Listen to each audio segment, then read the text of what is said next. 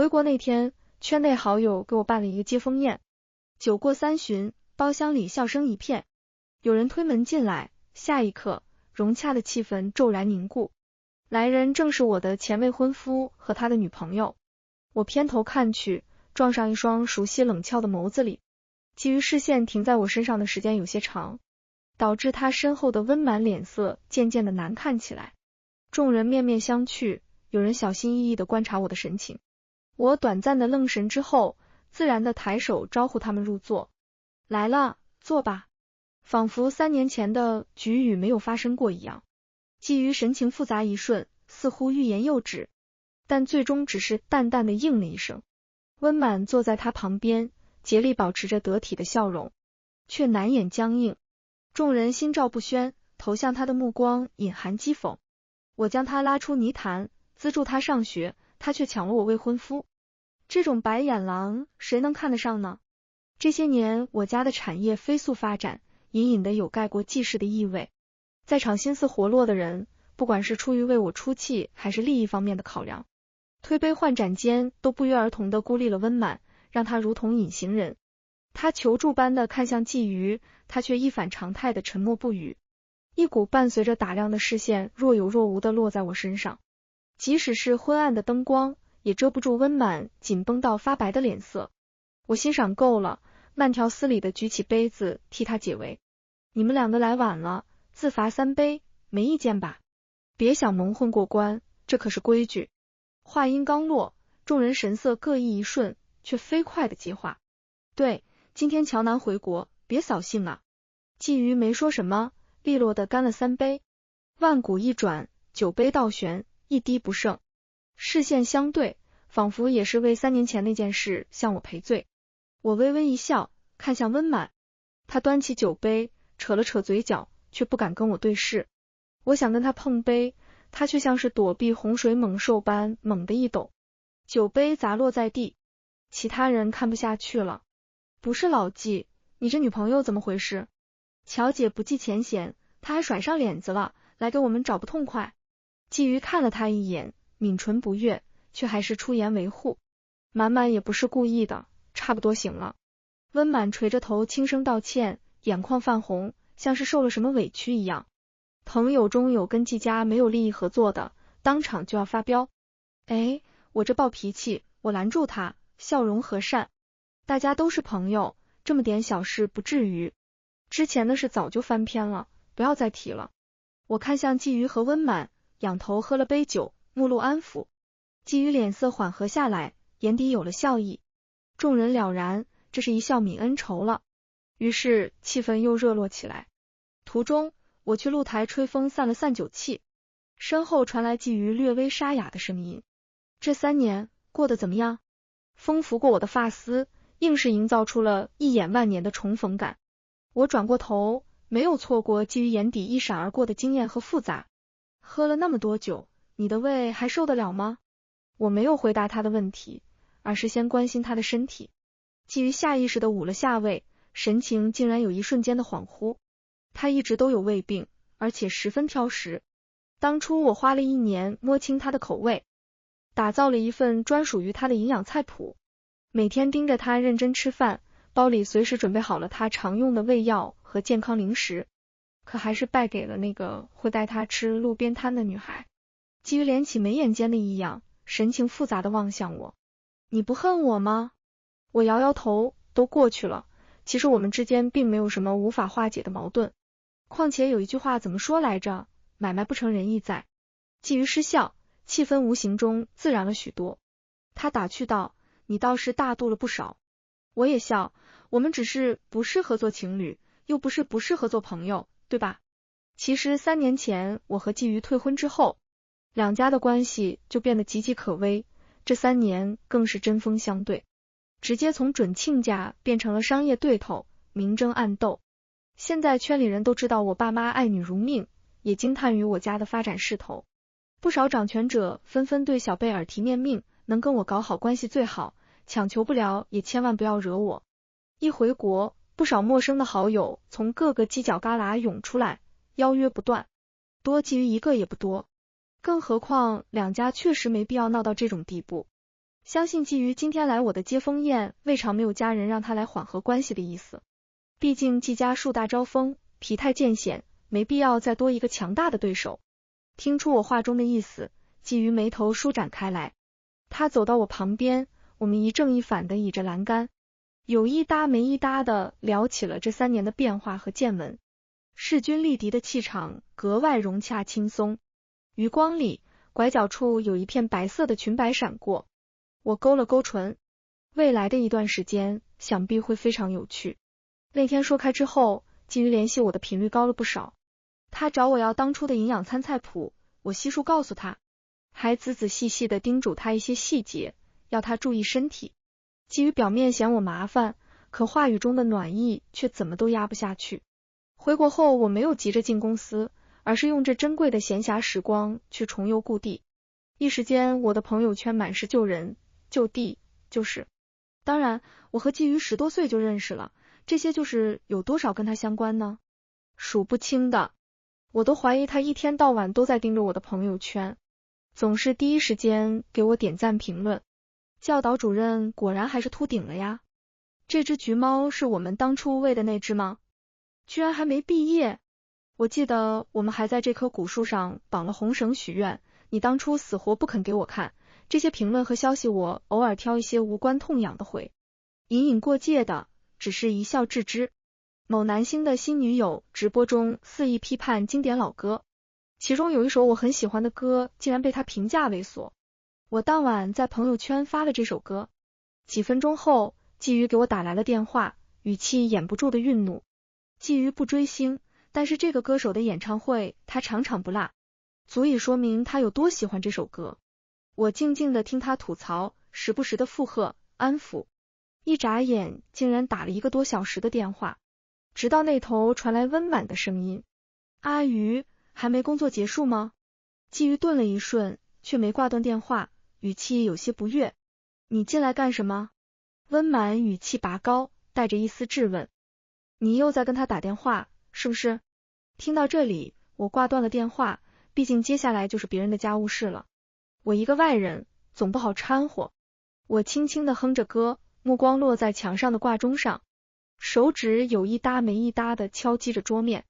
3分钟后，基于又打了过来，他语气染上了淡淡疲惫，对不起啊，楠楠，牵连你了。我轻声说，没关系的，我了解温满，他心思敏感，你多陪陪他，给他足够的安全感就好了。顿了顿，我又补充，我们的关系毕竟有些微妙，他不喜欢我也是正常的，以后还是保持些距离吧。基于沉默几秒，掩饰的很好的不耐烦还是被我捕捉到了。我给他的安全感还不够吗？是他不知足。挂断电话后，我挑了挑眉。这几年我人在国外，却对国内的情况了如指掌。退婚后，基于跪了好几天，不吃不喝的强迫家里人接纳温满，而温满天天守在季家别墅大门口，哭肿了眼睛，只求见基于一面。为爱反抗的大少爷和坚韧不拔的小白花双向奔赴，季家终于松口，两人成功的打破一切阻碍在一起。偶像剧照进现实，一度成为圈内人津津乐道的谈资。说起来的时候还要假惺惺的抹一抹眼角，真是感天动地的爱情啊！快看看未婚夫外面有没有真爱，赶紧给人家让路。可是偶像剧结局之后才是现实生活的开始，两家合作破灭，季家舍不得怪儿子，总得有个人来承受怒火吧。于是他们对温满就戴了有色眼镜，横挑鼻子竖挑眼。既然想攀高枝，就得老老实实的学规矩礼仪，在家相夫教子。工作不许去，赚那几个钱给季家丢人现眼吗？参加宴会，想得美，让别人耻笑我们家让白眼狼小三上位吗？当时刚刚毕业的温满还没在工作上闯出一片天，证明自己配得上季瑜，就被迫为了爱情断送了工作晋升的道路。好在季瑜说会永远爱他，于是他心甘情愿的成为他背后的女人。至于前途什么的，哪有当季太太重要？于是他只能将季瑜牢牢的攥在手心里，但凡他身边出现任何异性，他都要生气。1次2次是情趣，次数多了就惹人厌烦了呀。荷尔蒙作祟的爱情，哪敌得过亘古不变的人心？我叹了口气，看向我另一个自助的对象李婉。现在他已经成了我的助理，你能理解他的做法吗？李婉神情冷漠，闻言更是闪过一丝厌恶。我永远理解不了，明明前途在望，却转眼把一切压在一个男人虚无缥缈的爱意上吐。我若有所思，温满和他家人是不是很久没见了呀？李婉点头，我会处理好的。这次电话过后，我和季瑜拉近的关系似乎一瞬间又打回原形。我很少再回他发的消息和电话，他传的局我也会刻意避开。这落差让季瑜一下子慌了神，他找到李婉，试图见我一面。李婉叹了口气，你还不知道吧？网上有人给老板泼脏水，各种难听的谣言满天飞。老板的抑郁症又发作了，我们夫人强制送他去了疗养院。季瑜愣住了，干涩的声音似乎是从喉咙里挤出来的一样。什么抑郁症？李婉意识到自己说错话，脸上闪过一丝为难。抱歉，我不能说。季瑜只能请求李婉带他去一趟乔家。自从3年前退婚之后，他就再也没来过，我爸妈也根本不会让他进门。李婉驱车带他回家的路上，透过车前镜看到他正在搜索网上的消息，眉头锁得越来越紧，脸色越来越紧绷。某平台上一个某某账号将我的信息PO出来，指控我是介入季瑜和温满的小三。回国后就打着朋友名义没有边界感的缠着季瑜，还拍下了那天接风宴我和季瑜在露台上说话的照片，角度找得十分亲密。一时间网上骂声一片，汉字表、倒贴名媛等难听言论层出不穷，不少朋友为我打抱不平，众人心知肚明这是谁的手笔，问我要不要澄清反击回去。我只是惨然一笑，算了，公道自在人心，我不想追究了。这样一对比，我又是被抢走了未婚夫，还被倒打一耙泼脏水，就这样还不打算报复，连圣母玛利亚都自愧不如。众人调侃归调侃，但我妥妥地占据了道德制高点。舆论的火焰烧得越高，对我和乔家就越好。我生怕烧不起来，甚至还暗中添了一把火。现在该走下一步了。季瑜到我家之后，我妈脸色难看的赶他走。我女儿一遇到你就倒霉，赶紧给我滚。她不停的道歉，甚至红了眼眶，只想见我一面。江姨，楠是不是因为我才得了抑郁症？求您让我见她一面吧，不然我不放心。我妈眼底划过冷意，面上却无奈的叹息。算了，儿女都是债，你去见见她吧。她说了疗养院的地址后，季瑜就迫不及待的往外走。我妈跟李婉交换了一个眼神，后者机不可察的点头，跟着她出去了。一路上，李婉绘声绘色告诉她我在国外的抑郁症有多严重，简直像一具没有灵魂的木偶，几次想轻生，幸亏被及时发现。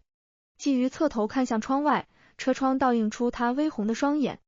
当他找到我的时候，我正穿着蓝白条纹的病号服，呆呆地坐在床上，目光停留在窗外的飞鸟上。阳光在我的脸上晕开，有一种破碎的美感。季瑜放在身侧的手微不可察的紧了紧，他试探出声，楠。我瞬间僵硬，诧异又慌乱。你怎么来了？季瑜表情无奈，生病怎么不告诉我？我毫不在意的笑了笑，不是什么大事，我妈就是小题大做。季瑜视线微微垂落，似乎不敢看我。你的抑郁症是不是因为我？我打断他，好无聊，手机被收走了，我妈还派李婉来盯着我。要不你带我出去玩吧？我难得露出这种祈求撒娇的姿态。一时间，季瑜几乎呆愣在了原地，喉间微动。我挥手在他眼前晃了晃，蹙眉不满。行不行啊？他轻咳一声，清俊的脸上泛开红晕，柔和了眉眼间的成熟冷峻，仿佛变回了青春期那个毛头小子。楠，你身体需要休养。我把头扭到一边不说话了。季瑜失笑，找借口引开李婉，我趁机跑了出去。为了防止李婉跟上来，季瑜驱车带我去了一处位于深巷里的小吃街。我眼睛一亮，季瑜你可以呀，怎么找到这种地方的？他眸光微闪，避开了我的目光。偶然间路过，我没有追问，用脚趾头想都知道这是他和温满定情的地方，基本上算是独属于他们两人甜蜜的回忆了。现在看来，他们的感情也并不是坚不可摧啊。我很少来这些地方，看什么都很稀奇，一会儿想吃炸的金黄酥脆的狼牙土豆，一会儿又馋对面的臭豆腐。没过一会儿，鲫鱼手里就提了好几袋小吃，而我手里拿着一串糖葫芦，正津津有味的往嘴里放，结果被酸得龇牙咧嘴。鲫鱼笑出了声，眉眼间闪过久违的放松和新鲜。你不是不爱吃这些吗？小心拉肚子。我翻了个白眼，谁说我不爱吃的？接着想到什么，又不好意思的红了脸，声音低了下来。以前是在你面前装成这样的。鲫鱼一愣，什么？我破罐子破摔似的，在江边的长椅上坐了下来。其实以前每个假期，我骗你说我去了国外的夏令营和冬令营，实际上是跟爸妈去各个山区做慈善。我爸妈也是从大山里走出来的，做出一番事业后就想回馈社会。他们怕我养成公主病，就天天带着我忆苦思甜。我也确实跟乡下孩子打成了一片，跟个皮猴子似的爬树摸鱼。别说这些了，我还喜欢吃小卖部的辣条和口香糖，会送贴纸的那种。说起往事，我的眼里熠熠生辉。鲫鱼深深地注视着我，神色温柔。这有什么好骗我的？我脸上闪过一丝不自在。你是大少爷，我怕你觉得我小家子气，是个小土妞，我也是好面子的嘛。而且你胃不好，我监督你吃饭，肯定要以身作则呀。鲫鱼的低笑戛然而止，他深深地看着我，表情复杂，黑眸中闪过一丝异样的情绪。在他开口前，我释然地舒出一口气，笑得灿烂。不过我们现在是朋友了，以前说不出口的话反而能说出来了。夕阳化作碎金洒在江面，美得格外壮阔。我站起身，微微一笑，该回去了。鲫鱼开着车，我坐在副驾驶，一路无话。安静昏暗的环境能让人放松，但对心里装着事的人恰恰相反。我偏头对着车窗，恰好能透过玻璃观察到鲫鱼的神情，眉头紧锁，坐立不安。我耐心地等着他开口。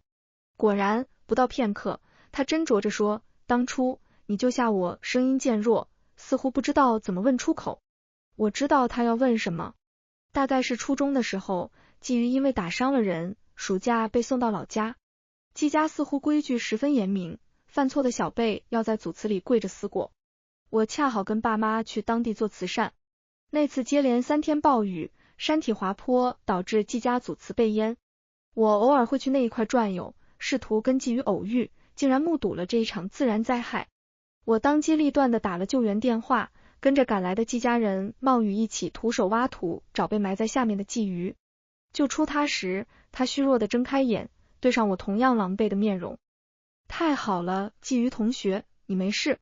他是从这一刻开始正式接纳我的。从这之后，季家停止对我爸的打压，并给我和鲫鱼结了亲。乔氏得以快速发展到隐隐跟季家齐头并进的程度。所有人都以为我们两家强强联合是板上钉钉的事，却没想到会出现温满这个变故。当时我撞到他们暧昧亲昵的动作，无比愤怒，口不择言。温满是故意接近你的呀。鲫鱼表情冷漠地盯着我，意有所指。你就吓我就不是意有所图吗？我看向温满，他瑟缩着垂下眼，鲫鱼将他护进怀里，扬长而去。有些话还得是跟我亲近的人说才有可信度。没过多久，他就提了退婚，决意要跟温满在一起。果然，这件事一直是鲫鱼心口的一根刺，现在到时机拔掉了。我偏头看向鲫鱼，目光隐含悲伤。我当然是刻意接近你的。他握紧了方向盘，用力到指节隐隐泛白。因为我喜欢你。一个急刹，车停在了路边。鲫鱼猛地转头看向我时，我眼角的一滴清泪顺势滑落。我知道那次你打伤的那个人是霸凌者，你一直都是富有正义感的人，而我喜欢的也是这样的你。那次跟爸妈去山区做慈善，恰好遇到你，我很开心，以为老天爷都在帮我。我抑制住哽咽的哭腔，勉强的朝他笑笑。鲫鱼红了眼角，他小心翼翼的握住我的手，弓腰将眉心贴了上去。对不起，楠楠，我不知道。温热的液体滑落到手心，引起一阵酥麻。我缓慢却坚定地抽回手，温和地对上他茫然无措的目光。遇上一个真心相爱的人不容易，要好好珍惜。温满是你在乎的人，你放心，我不会追究他的责任，你也不要怪他，他只是太爱你了。季瑜眼底闪过动容和愧疚，我不是来帮他说情的，你不用这样受委屈。我扑哧一笑，不管怎样，我今天玩得很开心，就当你替他补偿我了。季瑜看向我的眼神前所未有的温柔，一切尽在不言中。我看向后视镜里跟了一天的车，唇畔的弧度愈来愈深。当回忆不再独特，当引以为傲的真诚有了污点，当白月光再次皎洁无瑕时，他该如何自处呢？从疗养院出来之后，我就开始以副总的身份正式进入集团工作。出国这3年，我实际上是去海外分公司历练，不仅盘活了濒临破产的旗下产业，接手的项目利润都十分可观，财务报表更是一年比一年漂亮。乔氏里的元老对我的能力和手腕都一致认可。我爸嘴上谦虚说我还要多历练几年，实际上都买好退休的钓鱼装备了。我一边忙着接手工作，一边让李婉汇报季瑜和温满的情况。两人固若金汤的感情似乎出现了裂痕，好几次不欢而散，共有的聚会也没再出现温满的身影。季瑜连2人的公寓都不回了，直接住回了季家别墅。继母也最近被找上门来的温满父母弄得头疼，没有我的插手后，温家人很快找了上来。知道女儿掉了个金龟婿后，更是像狗皮膏药一样的赖在季家门口不肯走。狮子大开口，索要天价彩礼，还得给温满弟弟买房买车。我妈说继母都没脸去参加富太太下午茶聚会了，一肚子气没处撒，看到温满哭哭啼啼的脸就烦。继父体面了一辈子，更是气得差点跟季瑜断绝父子关系，指着温满鼻子骂，把他贬得一无是处。温满难堪极了，脸色煞白，渴望季瑜像往常一样帮他说话。令他震惊崩溃的是，这次季瑜一言不发，脸色冷漠似冰。我爸转动手里的佛珠，语气平淡，季家上下现在乱成一锅粥了，真是造孽呀。我妈吹了吹热茶，看来温满一辈子都摆脱不了原生家庭的伤了，可怜啊。我有些无语，收起你们脸上的幸灾乐祸吧。3人对视一眼，都露出了意味深长的笑容。想起了回国那天，我们聚在书房开会，我爸转动茶杯，悠悠道：第一步，以退为进。远香近臭，3年时间足以冲淡一切不愉快，潜意识里让他怀念起你的好，习惯成自然，不是说笑的。这些年你们的经历和默契不是什么人都能代替的，随便一首歌，一个场景都能让他想起你的脸，即使他们爱得再深，他心底的某个角落一定属于你。我妈轻抚翡翠耳坠，语调拉长。第2步，人无我有，人有我绝。逛路边摊可不是小白花和太子爷的专利，那句话怎么说的来着？山珍海味吃多了，有一天吃到了猪食，还以为是什么绝世美味呢。菜吃个新鲜，人也是一样，当季瑜发现你既能陪他吃山珍海味，又能陪他吃清粥小菜，他还会想着那一碗猪食吗？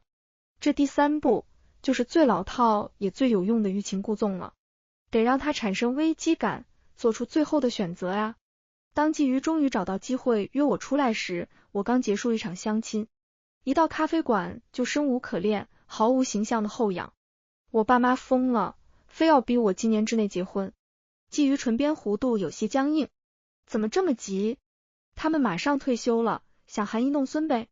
想到什么，我猛地拉近跟季瑜的距离，要不然他喉结滑动，放在腿上的双手悄然握紧。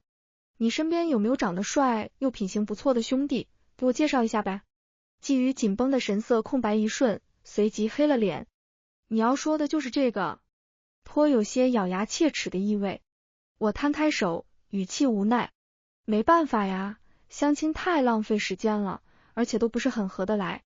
季瑜莫名的松了一口气，抬眼时却发现我正注视着他，语调漫不经心的拖长。你刚刚以为我想说什么？季瑜败下阵来，轻咳一声移开视线，露出泛红的耳尖。没什么。我好笑的提醒他。你大衣口袋里的手机屏幕从刚刚开始就一直在亮，是温满给你打电话了吗？要不然你先回去吧。提到温满，季瑜脸上的笑容肉眼可见的淡了下来。他拿起手机挂断，表情淡漠。骚扰电话而已。我微微一笑，声音更加柔和。骚扰电话会一直打吗？我也或多或少知道你们最近闹了矛盾，那样的家人也不是温满能选择的，你别跟他置气。有什么事不能好好说开呢？温满本来就是敏感自卑的性子，不好好沟通就会产生误会。说到这里，我表情有些低落。高中时有一套数学卷子特别难，我研究了好久才做完，就想去看看有没有什么能帮到温满和李婉的。可能是我的态度有些高高在上了，温满突然就抹着眼泪跑出去了。我一直在反思自己是不是哪里说错话了，才导致他这么讨厌我。季瑜皱着眉听完，陷入回忆中，表情越来越难看。他语气冷硬，你有什么错？让他衣食无忧的跟我们上同一所学校，还花时间教他，他自己玻璃心又自命清高，觉得谁都看不起他，有本事别接受资助自力更生啊，这副做派给谁看？我眉梢微挑，这句话包含的信息可不少啊。显然他想起了这段回忆。当时温满是看到季瑜出现在门口，觉得我在他面前故意嘲讽他笨，他在暗恋对象面前自尊心受挫，这才跑到花园暗自垂泪。明媚的阳光下，蝴蝶翩跹，少年少女隔空相望。我站在2楼，静静地欣赏这幅美妙的画卷，这也是他们命运纠缠的起点。李婉适时地给我发来了信息，温满已离开。我轻轻地弯起唇角，欲让其灭亡，先让其疯狂。亲耳听到自己放弃前途和自尊也要选择的爱人竟然这么评价他，他是会毅然决然地割席离开，还是痛心之余更加牢牢地抓住这根救命稻草和浮木？我很期待。几天后，温满怀孕，季家即将让2人订婚的好消息传来。能这么顺利是因为温家人安分了下来，又是说好话又是道歉，季家人只能捏着鼻子让这事翻篇了。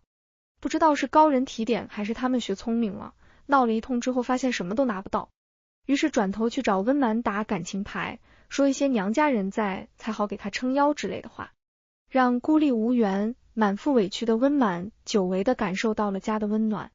我爸正在喂池子里的锦鲤，闻言头也不抬，他就这样原谅曾经想把他卖给老光棍的家人了，不仅和解了，还让他们在京市安了家，上演相亲相爱一家人。我妈嗤笑一声，眼底划过一丝嘲弄。远香近臭这个道理是通用的，毕竟血浓于水，10多年不见，再多愁再多怨也被时间冲淡了。尤其是在外人面前受了委屈，潜意识里反而会浮现出家人的好来。在我们的保护下，他甚至忘记了自己的家人为了利益有多无下限。我再次按掉基于打过来的电话，眉眼舒展开来。很快就到了我的生日宴，我正式进入集团后的第一次亮相。为了拓展交接人脉与牵头合作，当然是大办特办。这天，乔瑜和温满也来了，他们挽着手站在一起，倒也称得上一对璧人。我遥遥地向他们举了举杯，就去招待其他客人了。衣香鬓影，觥筹交错。我穿着简约大气的白色礼裙，落落大方地跟各个老总谈笑风生。不管我走到哪里，总有一道存在感极强的视线落在我身上。我回望过去，微微一笑，季瑜眼中瞬间迸发出亮光，下意识地朝我走来。温满脸上挂着僵硬的笑容，还没反应过来，被带得猛地往前一步，跟举着托盘的服务生撞了个满怀。一声惊呼声吸引了众宾客的注意，托盘里的酒杯碎了一地，温满粉色鱼尾裙摆上满是酒渍。一时间，温满狼狈又局促地僵在原地。众人自然是认得季瑜的，看到温满此刻的模样，纷纷撇嘴，轻声交头接耳，见不得台面小家子气，真是瞎了眼，这些话进了耳朵。温满脸色又红又白，咬着唇浑身发抖。季瑜也表情难看，甚至没有看他一眼。我听得差不多了之后，走上前解围，体面又温和的表示要带温满上楼换一套衣服。众人顿时看我的眼神更加欣赏了。季瑜紧绷的神情松懈下来，眉宇间夹杂着愧疚和无奈，看向我的眼神却不掩灼热。楠楠，坏了你的生日宴气氛，抱歉啊。他没注意到旁边的温满死死地咬着唇，眼眶通红。我摇摇头，小事而已。他还想说些什么，我转身带着温满离开。到了更衣室，温满倏然抬头看我，看到我现在这样，你很得意吧？我好笑地看着他，你在说什么？温满冷笑，你这高高在上的模样真是令人作呕。别以为我不知道你是故意的，不就是投了个好胎生在豪门，除了仗势欺人，你还会什么？你不会感到羞愧吗？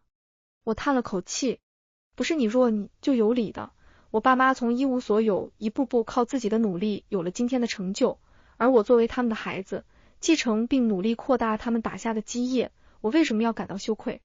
倒是你明明可以靠自己的努力成为人生赢家，为什么非要为了一个男人断送自己的前程？这也是我最不解的地方。我们就是在某个山村做慈善的时候遇到的温满，那时他才13岁，被温父和老光棍拖在地上，他眼底的绝望和不甘是如此浓烈。我们报了警，他哭着跪在地上，一个劲儿的求我们带他走。他不想在这个一眼望到头的小山村蹉跎一生。李婉跟他境遇相似，但他目标清晰，脸上的坚毅更是令人心惊。他说，知识改变命运，我要读书，为自己挣出一片天。我同时资助了他们两个，对温满是同情，对李婉是动容，但我从不干涉他们的任何决定和想法。若干年后，他们对自己的未来做出了截然不同的选择。温满攥紧了手，神情极度愤怒，眼泪悬在眼眶里。我最讨厌你们这种自以为是的语气，仿佛我选择爱情是什么天大的过错。乔瑜是唯一一个对我好的人，他是我的救赎，我喜欢他有错吗？你资助了我，我就得听你的摆布吗？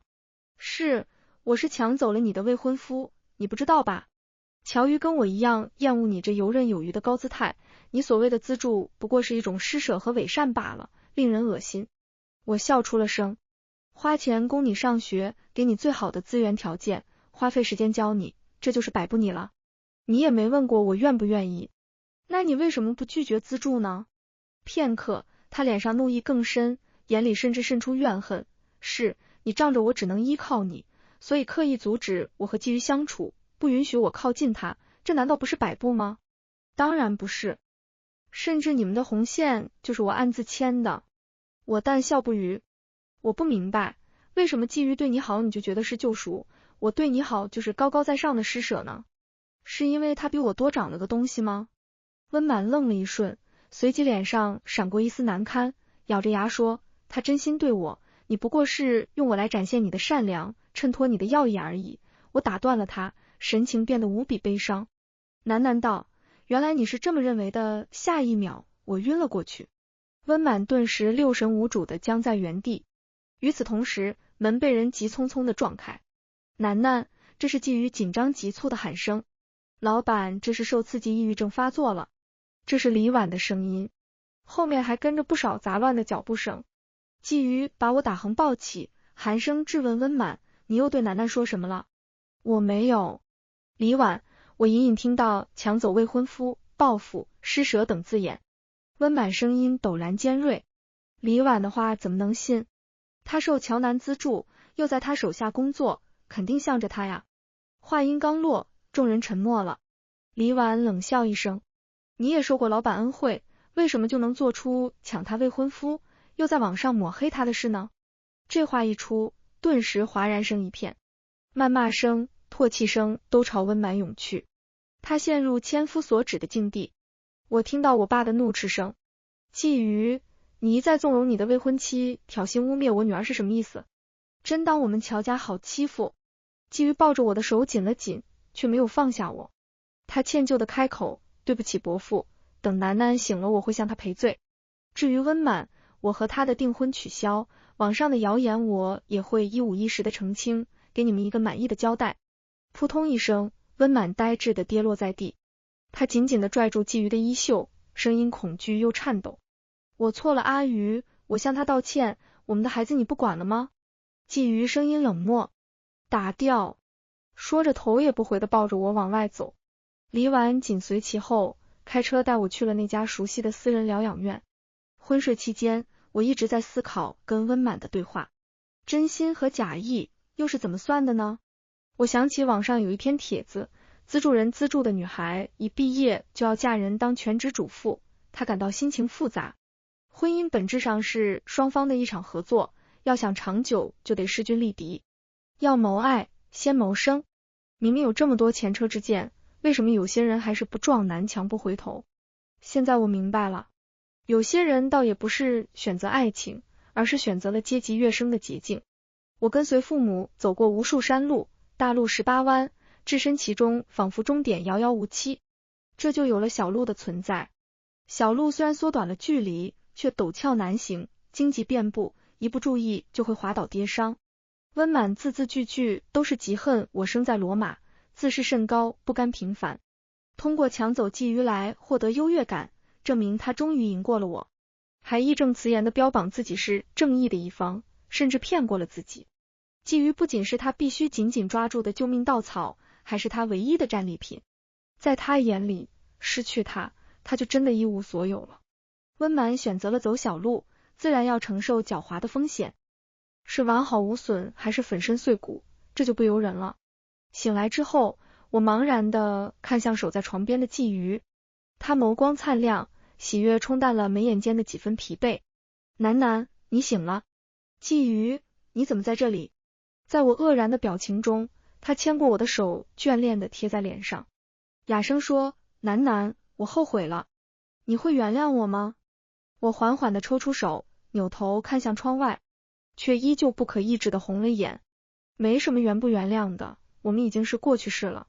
你马上就要跟温满结婚。鲫鱼语调急促，我不会跟他结婚。直到现在我才看清他的真面目，他以前故意引导我误会你，现在又因为嫉妒肆意在网上造谣你。你改变了他的命运，他又是怎么回报你的？将农夫与蛇演绎的淋漓尽致，我绝对不会跟这种人共度余生。楠楠，是我识人不清，看不清自己的心，你怪我也是应该的。明明你才是最了解我的人，我们才该是一对。我抿唇不语，闭上眼，一滴泪顺着眼角滑落，既像委屈，又似悲怆。如果不是他给了机会，温满又怎么能得逞呢？男人啊，爱你时恨不得把天上的星星都捧来给你，不爱了就用最伤人的语气往你痛处上戳，仿佛自己一点过错都没有。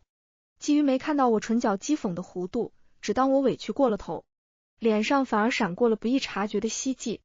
他语气更加柔和，楠楠，我会证明给你看的。这段时间我们就待在这里好不好？别怕，我会一直陪着你。说完，他当着我的面关掉了消息不断的手机，释然般轻轻地呼出一口气，俨然把这里当成了世外桃源。良久，我朝他笑了笑，眸光微闪。好。鲫鱼不知道的是，就在他逃避的时候，外面变天了。我爸联合几家龙头企业，疯狂地狙击季氏，而季氏也被爆出了偷税漏税、工地出事、恶意竞争等各种惊人丑闻。季氏是做房地产发家的，不少工程项目因不规范操作出过事，死过人，都被有权有势的继父压下来了。但我爸是谁？有名的慈善家，资助的苦命人多了去了，有几个想拿到证据报复季家很正常。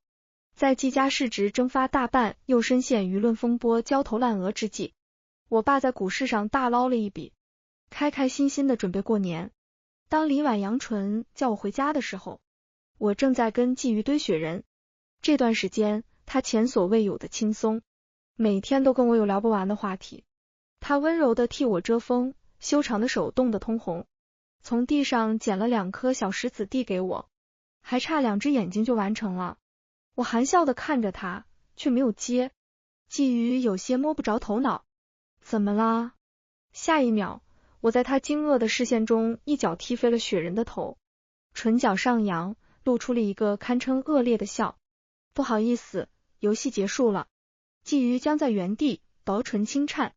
楠楠，我拢了拢大衣，抬脚朝外走去，留下一个毫不留恋的背影和李婉意味深长的神情。我随意的挥了挥手，以后见面请叫我乔总。烂船还有3000钉。季氏虽然元气大伤，但这么个庞然大物倒也没这么容易倒。我爸儒雅的脸上波澜不惊，撕下他这么大一块肉已经够了，季氏往后构不成威胁。况且我们的目的已经达到，既明得完了。季明德就是继父，在我爸创业小有所成的时候，各种给他使绊子，酒局上更是当着众老总的面明里暗里的践踏他的尊严，甚至我妈言语轻佻，像对货物一样评头论足，这是我爸的逆鳞，所以这个仇就结下了。这一天，从我就下鲫鱼开始，就算计好了。我们全家都是有恩必偿，有仇必报的人。我爸从小就教我，以德报怨，何以报德？跟我们家交好的一个风水学先生也说，如果一个人害你，某种程度上相当于抢走了你的气运，报复回来也是夺回气运的过程，有来有往，这才是平衡。如果每次都窝囊忍耐，那么气运会越来越弱，到最后谁都能来踩你一脚。所以我向来睚眦必报。我妈精致的脸上满是笑意。是啊，说来还多亏了温满。我含笑的点头。要不是没有3年前基于大张旗鼓的为他退婚的事，我们家还没法名正言顺的跟季家撕破脸。再加上他在网上散播我的谣言，愈演愈烈。温父温母得知季于因为我拒绝跟温满订婚后，急得团团转。之后在高人指点下，开直播发视频，哭诉我抢他们女儿的未婚夫。这2件事连在一起后，舆论被煽动到了最高点。而季于在这时亲自下场澄清，把我资助温满以及后来的事全盘托出。圈内好友也纷纷开始作证爆料，网友开始深扒我的社交痕迹，结果越扒越有，翻出来的全是我的慈善事迹，风向瞬间2极反转。一时间，网友对乔氏的好感度到达最高点，股价一路长红。而温家人也遭到了舆论的强烈反噬，尤其是温满，直接被宣判社会性死亡。再次看到季于和温满是在一次商业晚会上，季家父子已经被逐出了董事会，季于彻底被抛弃了。出于各种利益考量，他再也没有出头的可能，彻底一无所有。今天他是求了曾经的朋友才拿到邀请函来见我。一段时间不见，季于再也没有了往日的意气风发，脸色憔悴，周身散发着颓败的气息。他死死地盯着我，眼眶通红。你一直在骗我。我摇摇头，我说喜欢过你，是真的。他表情一顿，泛白的唇微动。一开始接近他确实是出于利益，可随着目光在他身上停留的时间越来越长，心动渐渐不再受理智控制，直到他的视线开始在温满身上流连。被2个亲近的人同时背叛，我如梦初醒，枯坐一夜后及时抽身，并顺势而为。喃，季于的眼底溢出水光，他下意识的想牵我的手，我微笑着避过，看向他身后满脸怨恨的温满。人啊，还是不能太贪心。温满也不装了，气得浑身颤抖。一切都是你算计好的吧？乔南，你个贱人，你会遭报应的。我静静地望着他。是啊，当初救下你，可能我的报应就注定了。有句话说得好，帮一个懂得感恩的好人叫善人结善缘，帮助一个恶人度过节点，因果报应会应验在自己身上。我现在深以为然。温满听到这句话怔愣了一瞬，我收了笑，凑近他，就像母亲不能接受自己胯下生出刺向自己的尖刀，我也不能接受我的善意喂给了背后反咬我一口的白眼狼。你觉得我伪善也好，高高在上也罢，但我救了你是事实，供养你也是事实，既然你恩将仇报，凭什么觉得我会放过你？我拍了拍他僵硬的肩膀，温满的胳膊瞬间起了密密麻麻的鸡皮疙瘩。他似乎终于感到恐惧，颤动的瞳孔渐渐的被泪水模糊。下一瞬，我又笑得毫无阴霾。好啦，带着你的战利品去赚奶粉钱吧，一定要百年好合，纠缠到死啊！基于彻底失势后，多的是落井下石的人。他和温满成了近期聚会上热火朝天的谈资。基于像变了一个人一样，天天酗酒。出乎意料的是，他还是跟温满结了婚。众人一时间唏嘘不已，感叹这莫非真是真爱。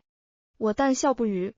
当初温家人闹成那样，都把季家的脸面往地上踩了，为什么季家人还同意季瑜跟他订婚？